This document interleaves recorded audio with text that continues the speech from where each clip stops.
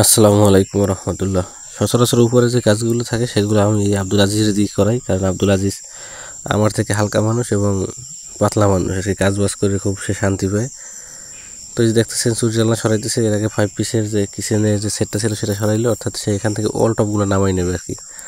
এই ওয়াল টপগুলো অন্য জায়গায় আমরা ডিসপ্লে দেবো। আর এখানে যে টেবিলটা করা হয়েছে বা যে র্যাকটা করা হয়েছে এটা খুব আসলে ঝুঁকিপূর্ণ, অতটা মজবুত না, নর্মাল, একেবারেই নর্মাল, অর্থাৎ হালকা মানুষগুলো উঠতে পারবে, ভারী মানুষ এখানে উঠতে পারবে না, এরকম একটা অবস্থা।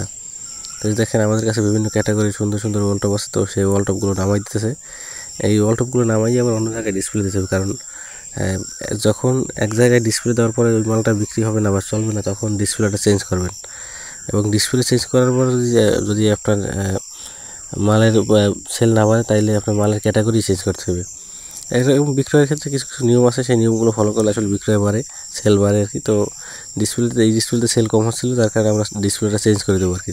তো সেই কারণে আব্দুল আজিজ দিয়ে আমাদের যতগুলো ওয়ালমেট ছিল সবগুলোই নামাই নিতেছি। দেখেন কত অনেক ওয়ালমেট আছে, ওয়াল টপ আছে অনেক অনেক, আপনার বিভিন্ন কালারের বিভিন্ন ডিজাইনের সবগুলো ওয়াল টপই কিন্তু মাটির, সবগুলোই মাটির ওয়াল টপ। দেখেন কত সুন্দর সুন্দর ওয়াল টপ।